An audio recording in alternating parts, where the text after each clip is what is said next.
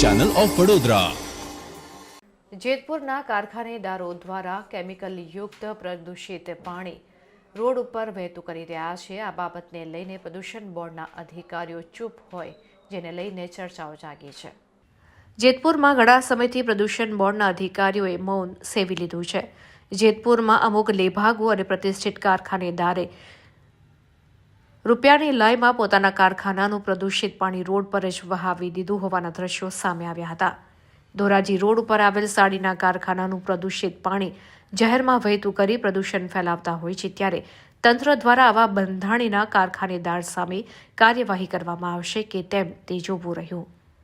જેતપુરમાં કેટલાક પ્રદૂષણ માફિયાઓ પોતાના કેમિકલયુક્ત પ્રદૂષિત પાણી જાહેર માર્ગો અને ભૂગર્ભ ગટરમાં વહેતું કરી દેતા હોય છે, તેવા કિસ્સાઓ પ્રકાશમાં આવતા રહેતા હોય છે। ત્યારે આવો જ કિસ્સો સામે આવ્યો છે। ધોરાજી રોડ પર આવેલ પ્રતિષ્ઠિત કારખાનેદાર અને જેતપુર ડાઇંગ પ્રિન્ટિંગ એસોસિએશનના હોનહાર સભ્યએ પોતાના રાશિ પ્રોસેસ નામના કારખાનાનું કેમિકલયુક્ત પ્રદૂષિત પાણી જાહેર માર્ગ એટલે કે રોડ ઉપર વહેતું કરી દીધું હતું।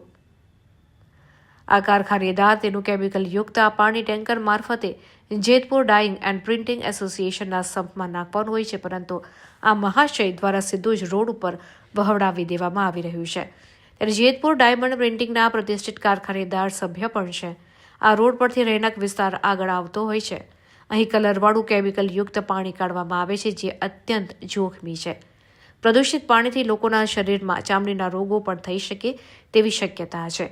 પ્રદૂષણ ફેલાવવા કારખાનેદારો સામે તંત્ર લાખ કરશે કે કેમ તે હવે જોવું રહ્યું।